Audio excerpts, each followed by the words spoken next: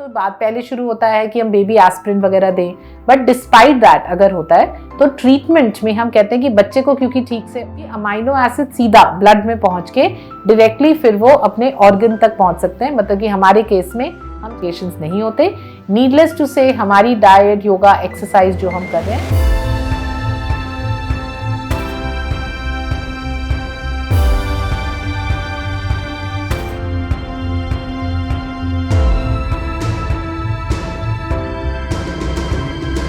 हाय नमस्ते फ्रेंड्स, मेरा नाम है डॉक्टर श्वेता गोस्वामी। आप देख रहे हैं फर्टिलिटी फ्राइडेज, जहां हम पूरी कोशिश करते हैं कि हम आपके भी घर में खुशहाली ले पाएं।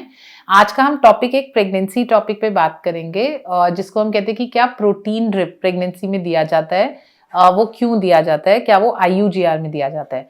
तो देखिए, प्रेगनेंसी में जैसे जैसे प्रेगनेंसी एडवांस होती है, सेकेंड ट्राइमेस्टर, थर्ड ट्राइमेस्टर में, मतलब छठे महीने के बाद यूट्रस के लिए बहुत इंपॉर्टेंट हो जाता है कि अच्छे से ब्लड फ्लो मेंटेन्ड हो, जिससे अच्छे से ऑक्सीजन सप्लाई बच्चे तक जाए।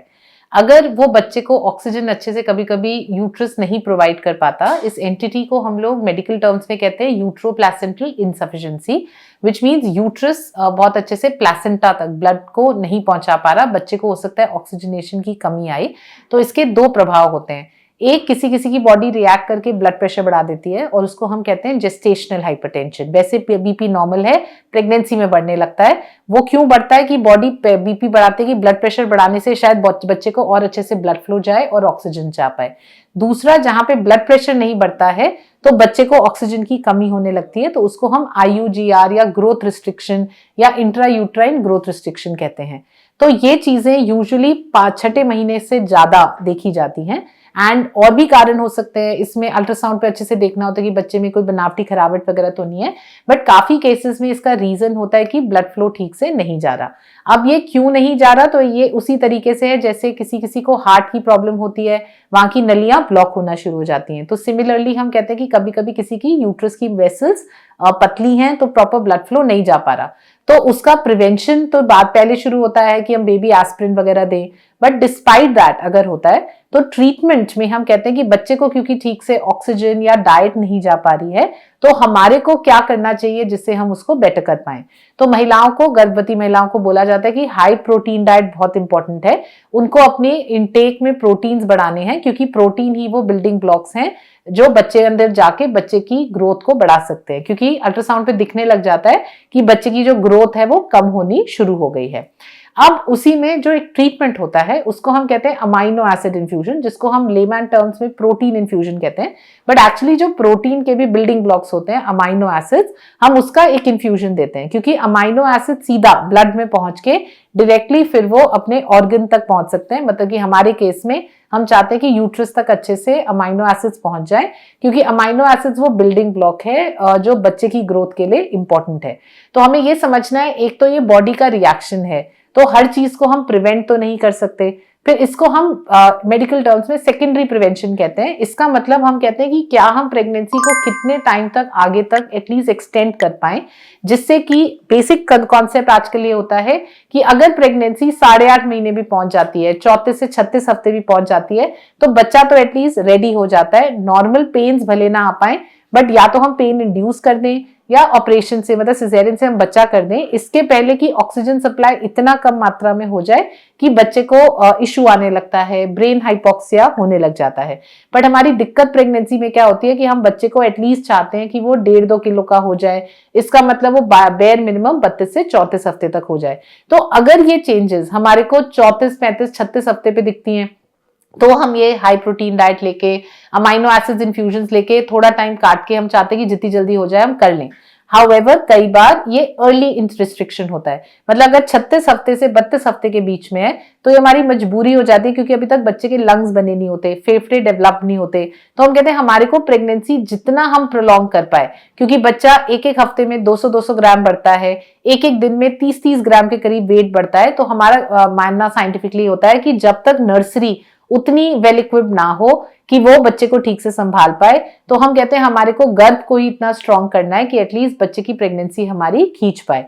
बहुत सारे केसेस में अगर हम बहुत अच्छे से डाइट और इन्फ्यूजन्स भी लेते हैं तो उसको वो ओवरकम भी कर पाती है। वो हर बॉडी का अपना एक रिएक्शन होता है, बट बेसिक बात ये है कि हम अमाइनो एसिड इन्फ्यूजन्स भी लें, हम हाई प्रोटीन डाइट पे भी फोकस करें, एस्पिरिन और कभी कभी लोगों को ब्लड थिनर इंजेक्शन, ये सब एक ही ऑब्जेक्टिव से दिए जाते हैं कि बच्चे को प्लेसेंटल सर्कुलेशन मतलब कि ब्लड फ्लो बेटर हो, बच्चे को ऑक्सीजन अच्छे से मिलता जाए जिससे कि बच्चे की ग्रोथ हो। तो ऑब्वियसली बात है कि इसमें सबसे इंपॉर्टेंट जो बिल्डिंग ब्लॉक होता है वो प्रोटीन से अमाइनो एसिड्स होते हैं जो एक एक ऑर्गन डेवलपमेंट के लिए हमारे क्रिटिकल होते हैं। तो अगर आपके डॉक्टर आपको सजेस्ट करते हैं तो हमारा मेन काम होता है कि हमारा 7वां 8वां महीना अच्छे से स्मूथली निकल जाए, क्योंकि वो एक टाइम होता है जब एक डिबेट चलता है। हम कहते हैं अगर बच्चे को हमने जल्दी डिलीवरी कर दी तो ये ना हो कि अभी तक फेफड़े ना बने हो, प्लस बच्चा बहुत लंबे टाइम तक नर्सरी में रहेगा।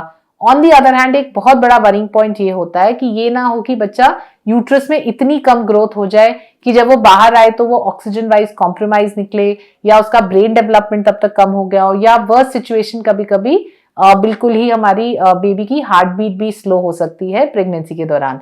तो वो एक बहुत ही केयरफुल मॉनिटरिंग का टाइम होता है और हमको ये दोनों चीजों का ध्यान रखना होता है कि कब हमारी नर्सरी हमारे हिसाब से इक्विप्ड है कि बच्चे का लॉन्ग टर्म कॉम्प्लिकेशंस भी ना हो, सर्वाइवेबिलिटी भी अच्छा हो, और तब तक हमको गर्भ में ही बच्चे को रख के पूरी कोशिश करनी होती है कि जितना टाइम हम निकाल पाए, जितना ज्यादा हम 8वें 9वें महीने के करीब आते जाएंगे उतना नर्सरी का सर्वाइवल बेटर होता जाएगा, बच्चे के कॉम्प्लिकेशन कम होते जाएंगे। तो इस ग्रोथ रिस्ट्रिक्शन के फेज को मैनेज करने में इस प्रोटीन ड्रिप और अमाइनो एसिड की हम सहायता कई बार लेते हैं।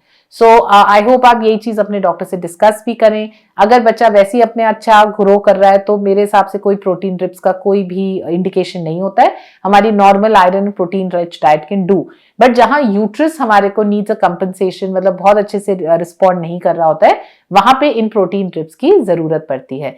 ये इनके कोई साइड इफेक्ट्स नहीं होते, आपको हॉस्पिटल में जाके 2-3 घंटे में वो ड्रिप लगवानी होती है तो वो थोड़ा सा इनकन्वीनियंट है, but I said the bigger picture हमारे माइंड में होती है कि अगर हमने ये सब करके एक हफ्ता भी प्रेगनेंसी को आगे पोस्टपोन कर दिया, नर्सरी में बच्चा एक हफ्ता कम रहेगा, तो ये अमाइनो एसिड ड्रिप्स वगैरह एक बहुत छोटा सोल्यूशन उस हिसाब से लगता है। So it is very simple. तो अगर हम ये हमें एडवाइस किया जाए तो हमें जाके करना चाहिए। एज सच कोई मेजर इसके कोई साइड इफेक्ट्स या कॉम्प्लिकेशंस नहीं होते। नीडलेस टू से हमारी डाइट, योगा, एक्सरसाइज जो हम कर रहे हैं वो तो इंपॉर्टेंट है ही है बच्चे की ग्रोथ के लिए। ठीक है, so I wish you all the best for your pregnancy and कुछ भी हो तो आप डेफिनेटली हमसे पूछ सकते हैं। I would be more than happy to answer any of your queries. आपके कोई भी क्वेश्चंस हो आप कमेंट सेक्शन में लिख सकते हैं, नीचे दिए गए लिंक्स पे आप क्लिक भी कर सकते हैं। एंड अगर आपको ये वीडियोस यूजफुल लगते हैं तो प्लीज लाइक एंड सब्सक्राइब जरूर करें। Thank you. ठीक है, सब मैं एक एक करके जो कुछ क्वेश्चंस आए हैं उनके जवाब देने की कोशिश करूंगी। तो रिम्पी शर्मा पूछ रही है, is letrozole helpful for 1 tubal blockage patient? So Rimpi देखो, देयर 2 डिफरेंट थिंग्स। लेट्रोजोल एक ओव्यूलेशन इंड्यूसिंग ड्रग है जो एक तो पीसीओएस या उन पेशेंट्स को दिया जाता है जहां एग ठीक से नहीं बनता, ऑल्सो जहां पे आप जैसे मेंशन कर रहे हैं जहां अनएक्सप्लेन इनफर्टिलिटी होती है या एक ट्यूबल ब्लॉकेज पेशेंट होता है, तो वो यूजुअली सुपर ओव्यूलेशन के पॉइंट ऑफ व्यू से दी जाती है। सुपर ओव्यूलेशन का मतलब है, हम कहते हैं नॉर्मली तो हमारा एक एग बनेगा, अगर हम लेट्रोजोल, क्लोमिफीन या इंजेक्शंस लेते हैं तो क्या पता हमारे मल्टीपल एग्स बनने लगे, मतलब 2-3 एग्स बने।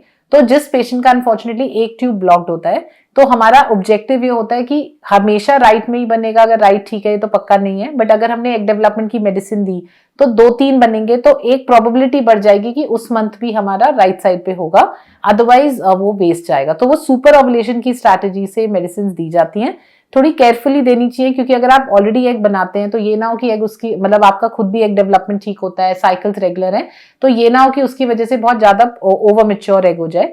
दूसरा, अगर किसी को ट्यूबल ब्लॉकेज है तो वैसे भी एक असेसमेंट होना चाहिए कि वो क्यों है, जो दूसरी ट्यूब ठीक है वो बिल्कुल हेल्दी लग रही है कि नहीं, ये ना हो कि उसमें भी कुछ फंक्शनिंग डिफेक्ट्स हैं। तो ये चीजें आपको अपने डॉक्टर से जरूर डिस्कस करनी चाहिए। फिर देव कह रहे हैं कि please tell me about HMG 150 injection. So Dev, ये भी एक ओव्यूलेशन इंड्यूसिंग इंजेक्शन है। इसका मतलब HMG होता है hormone wise FSH and LH। तो ये FSH LH हार्मोन ही होते हैं जो साइकिल की बिगनिंग में लेडी में नॉर्मली बनते हैं, जिससे कि फॉलिकल डेवलपमेंट होता है। तो ये कई बार अकेले या फिर क्लोमिफेन, लेट्रोजोल ऐसी ओवुलेशन इंड्यूसिंग ड्रग्स के साथ दिया जाता है। इनका यूजुअल आइडिया सुपर ओवुलेशन होता है कि हम मल्टीपल एग्स बनाएं जिससे प्रोबेबिलिटी ऑफ सक्सेस बढ़े। तो ये क्योंकि एक इंजेक्शन के फॉर्म में ही आते हैं, क्योंकि ये हार्मोन्स हैं, ये खाए नहीं जा सकते, तो अगर जरूरत होती है तो ये इंजेक्शंस महीने में 1, 2 या 3 बार दिए जाते हैं।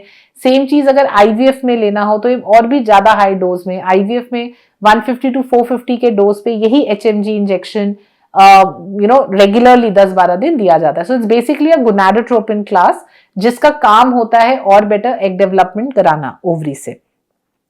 फिर सीमा जोशी कह रही हैं कि ma'am please reply, my doctor only prescribe me Crinone gel and Duphaston, no progesterone, will it be any problem, before ET my progesterone was normal as 0.1।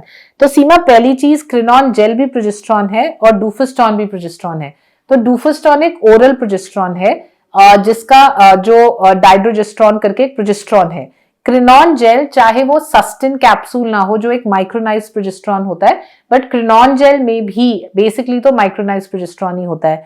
तो पहली चीज, ये तो आपको एम्ब्रियो ट्रांसफर के लिए दे ही रहे, तो I don't see anything wrong with that, बिल्कुल ठीक ही दे रहे हैं प्रिस्क्रिप्शन। दूसरा, एम्ब्रियो ट्रांसफर के पहले जो आप कह रहे हैं प्रोजेस्टेरॉन नॉर्मल था, वो एक अलग ही क्वेश्चन है, क्योंकि जब हम एम्ब्रियो ट्रांसफर प्लान कर रहे होते हैं, एंड आई एम अज्यूमिंग ये फ्रोजन ट्रांसफर है, तो हमारा ये होता है कि प्री प्रोजेस्टेरॉन एडिशन, जैसे प्रोजेस्टेरॉन तो सबको देके तब ईटी प्लान किया जाता है, तो प्रीमेच्योर राइज ऑफ प्रोजेस्टेरॉन ना हो, तो ये प्रोजेस्टेरॉन लेस देन 1 ही होना चाहिए। तो अगर आपका लेवल 0.1 है तो वो मेरे हिसाब से बहुत अच्छा है। So I think there is no concern in either of your reports. Progesterone भी ठीक है और जो आपको क्रिनॉन और डुफेस्टॉन दे रहे हैं वो भी ठीक है, क्योंकि दोनों ही प्रोजेस्टेरॉन वैल्यूज हैं। ठीक है, so I hope you found this useful. कोई भी क्वेश्चन हो, please feel free to reach out to us in the comment section. Thank you.